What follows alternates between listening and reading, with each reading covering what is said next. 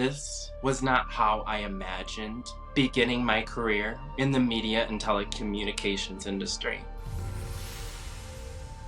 Hi there, my name is Chase. I go by the Chase of Authenticity. I am living in Buffalo, New York at the moment. Today, I would like to share my personal story with you. Society tells us that we have to mask and repress our emotions. However, the truth is that you don't have to do that. There is a lot of dangers that exist in our world, especially online. That's why I feel like my story could make a great impact on your life, so you can learn from my mistakes and have an opportunity that I didn't have. I started school very young. I was advanced for my age. I always kind of felt different, to be honest. I didn't really know if it was my sexuality or what it was, but I always enjoyed hanging around older people, and I didn't really fit in with the kids my age. As a kid, I always tried to fit in. However, I always missed the mark. The other kids felt that I was different, and this kind of created friction. Fast forward, when I was younger, there was a huge family feud between my mother and her side of the family. This event basically impacted my life very much so.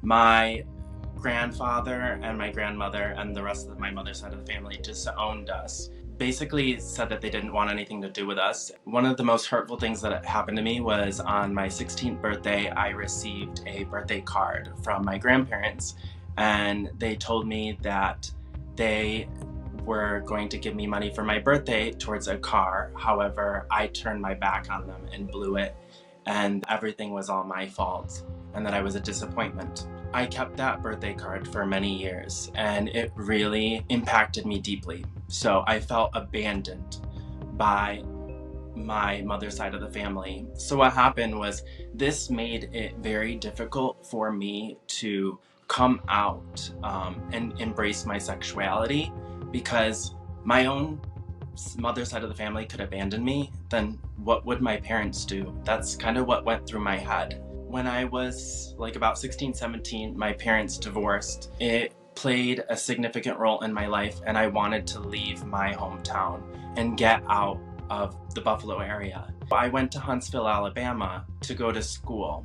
I was super excited, 17 years old, ready to start a new adventure. However, things took a turn for the worst. My first year of college, while attending the University of Alabama in Huntsville, I was in the Shelby Center when one of the professors came to school with a gun and started shooting all of the professors that opposed her tenure.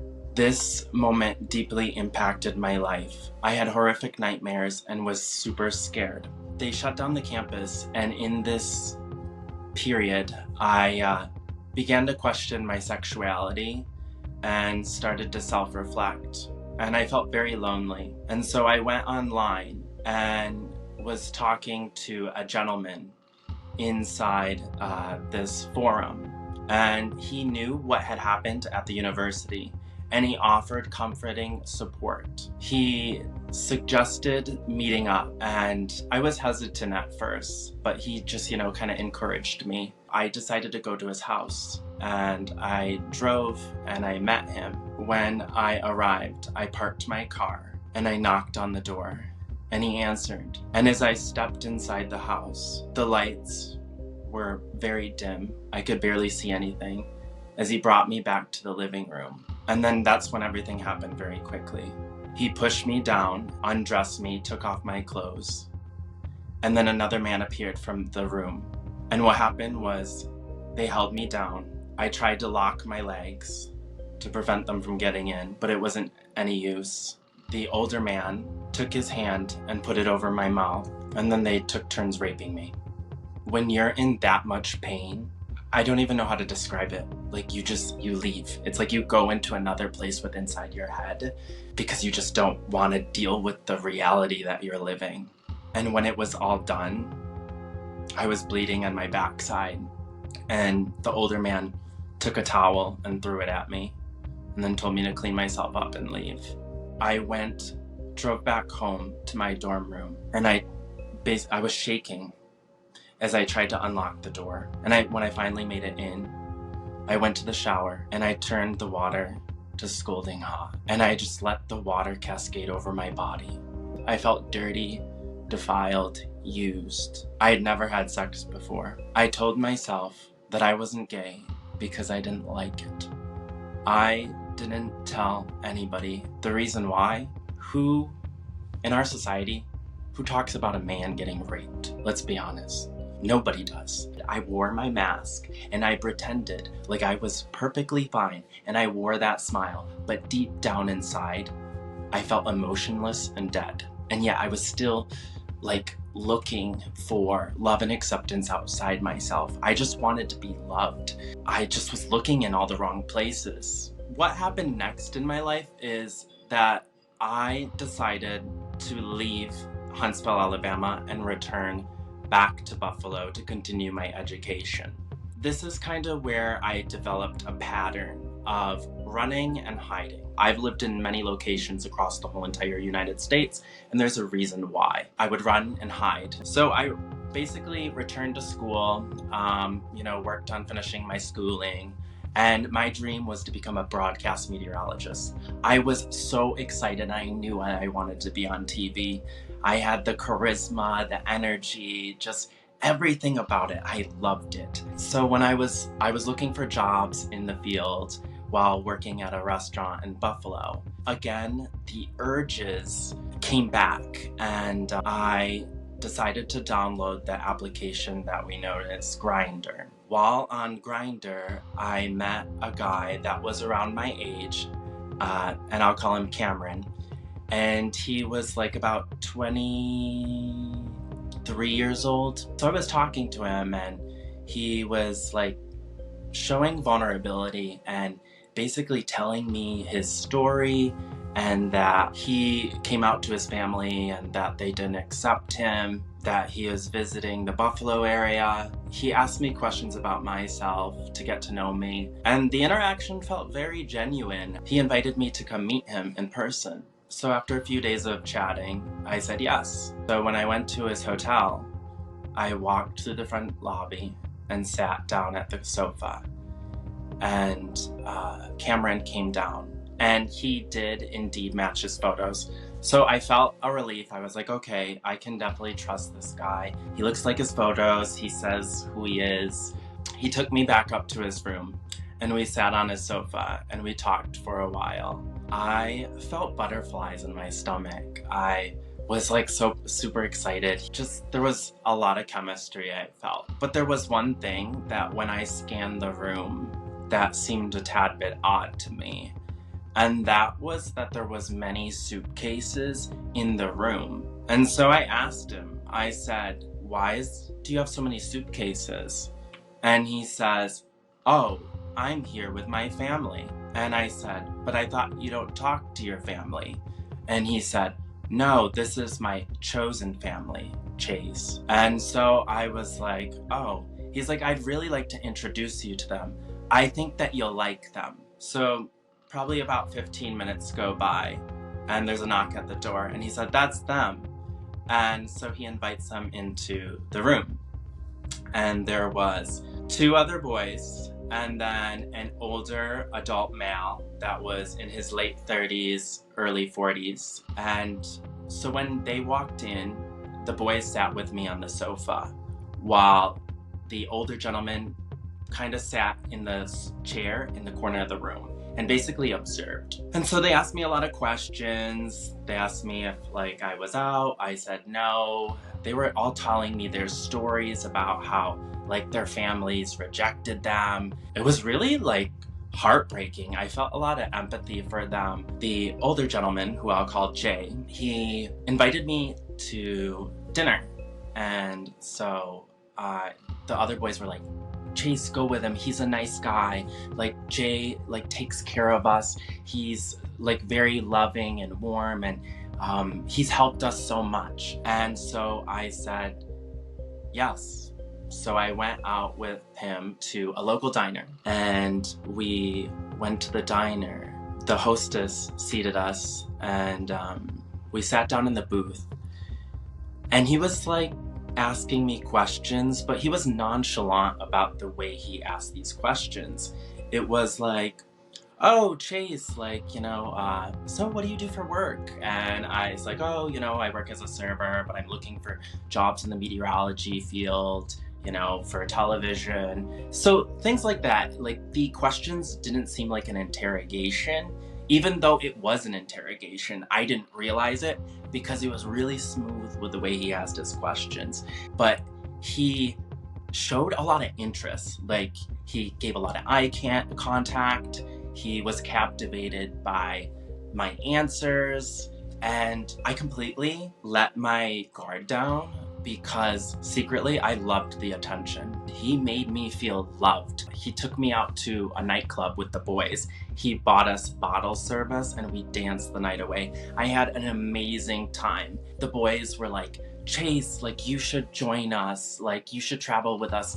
And Jay was like, yes, you should come. I have a house in Atlanta with a nice big spacious bedroom, a special bedroom for you where you can live in peace and join our chosen family, and you never have to be afraid again. And so that night at the club, while I was dancing under the strobe lights and could hear the music, I felt this bond between the boys and I. For the first time in my life, I wasn't afraid. No one in the club cared about my sexuality. They didn't care. They were just there to have a good time. And at that moment, I knew that I wanted to be a part of the family. So I said yes. So at the time, I wasn't living with my family. I was living at a family friend's house in South Buffalo.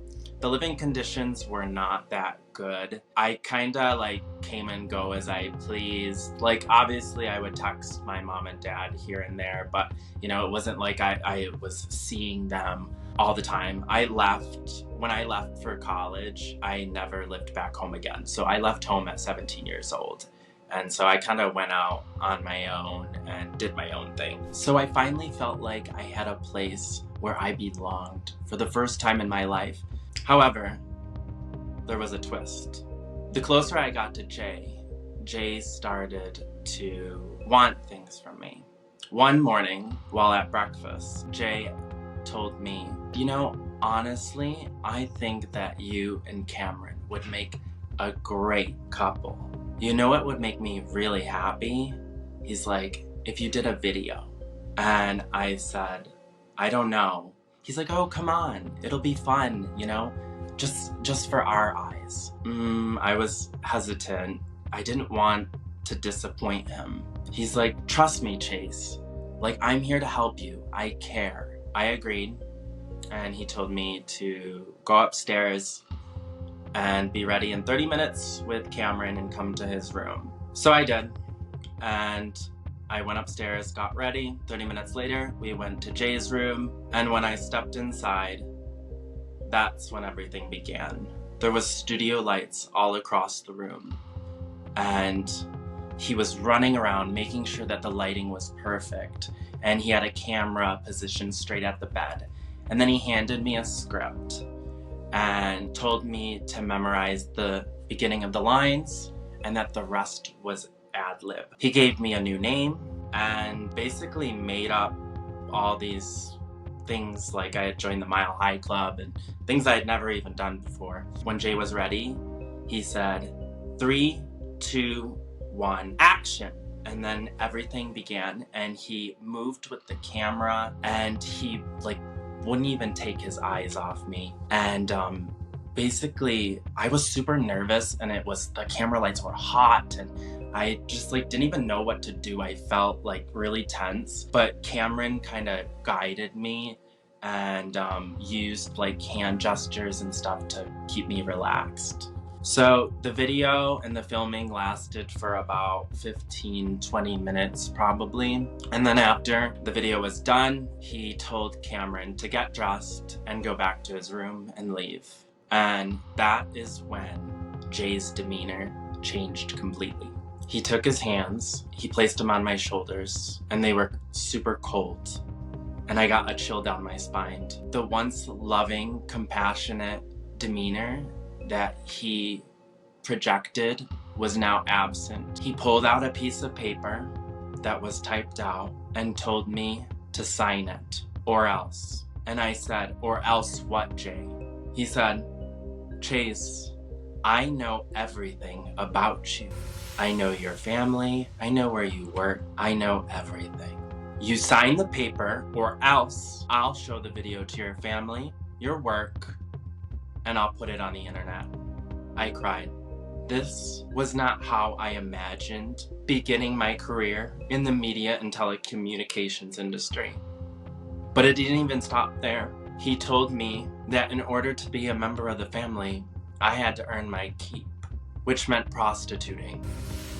Shortly after, he began grooming sessions with me, and I would sit on his bed, and he would have me put my hand on his knee and glide it all the way up to his groin. And when I first began doing it, I was super nervous. And he told me, "Chase, stop it." He said, "Do you not understand? Physical touch has the power to convey emotion. I need you to erase your fears and let them go." He's like, "You need to be seductive. You need to project an image that you like it, that you want it, that you'll do anything to make your client happy." And so I did. I did over and over and over.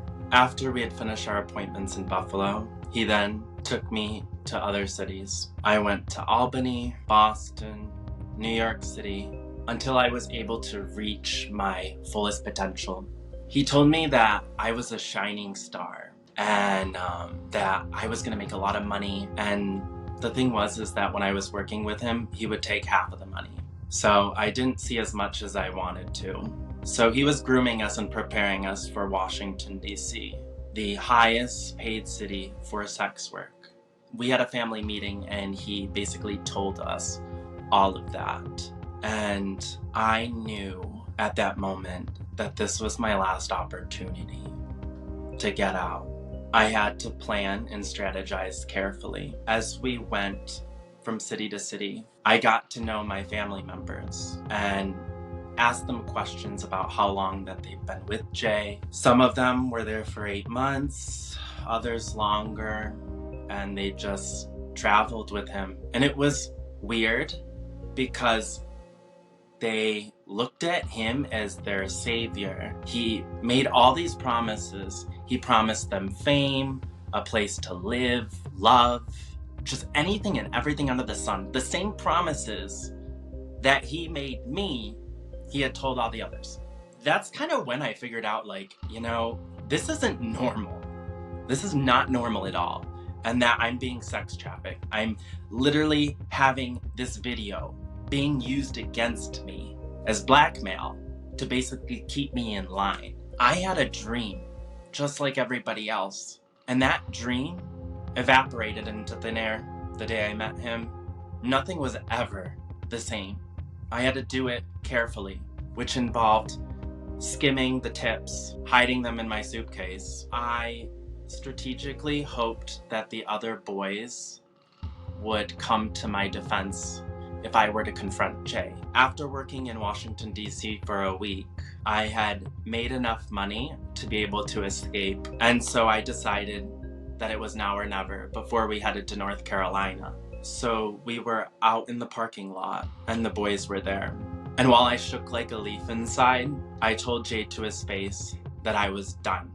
I told him that his whole entire operation was unfair and unjust, and that I was only a part of it because of his trickery. He told me, he says, "Actions have consequences, Chase, and you've left me no choice but to upload your sex video to the internet." He's like, "My threats are not jokes."